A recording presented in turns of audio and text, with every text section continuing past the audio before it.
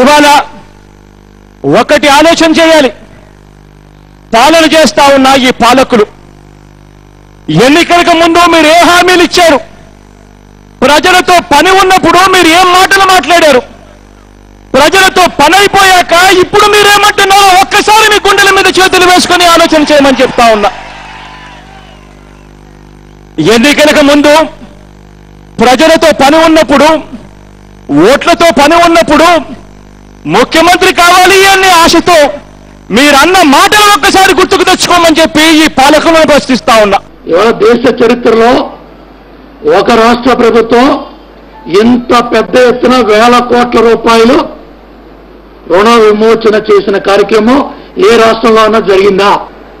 5,000 కోట్ల రూపాయలు ఇవాళ రాష్ట్ర స్థాయిలో పేద మహిళలకి 1,000 రూపాయలు ఇస్తున్నాం, వృద్ధులకి వితంతువులకి 1,000 రూపాయలు ఇస్తున్నాం, వికలాంగులకి 1,500 ఇస్తున్నాం, పోస్ట్ ఆఫీసుల్లో పేదవాళ్ళందరికీ కూడా పెన్షన్లు పెంచుతున్నాం. ఇదా మేము చేసిన నేరం? ఇదా మేము చేసిన ద్రోహం? వైఎస్ జగన్మోహన్ రెడ్డి నీ కళ్ళబొల్లి మాటలు, ఇవాళ నిరాశ స్పృహలతో నువ్వు మాట్లాడుతున్న మాటలు ఇవాళ రైతులు కానీ ప్రజలు కానీ ఎవరు హర్షించట్లేదు.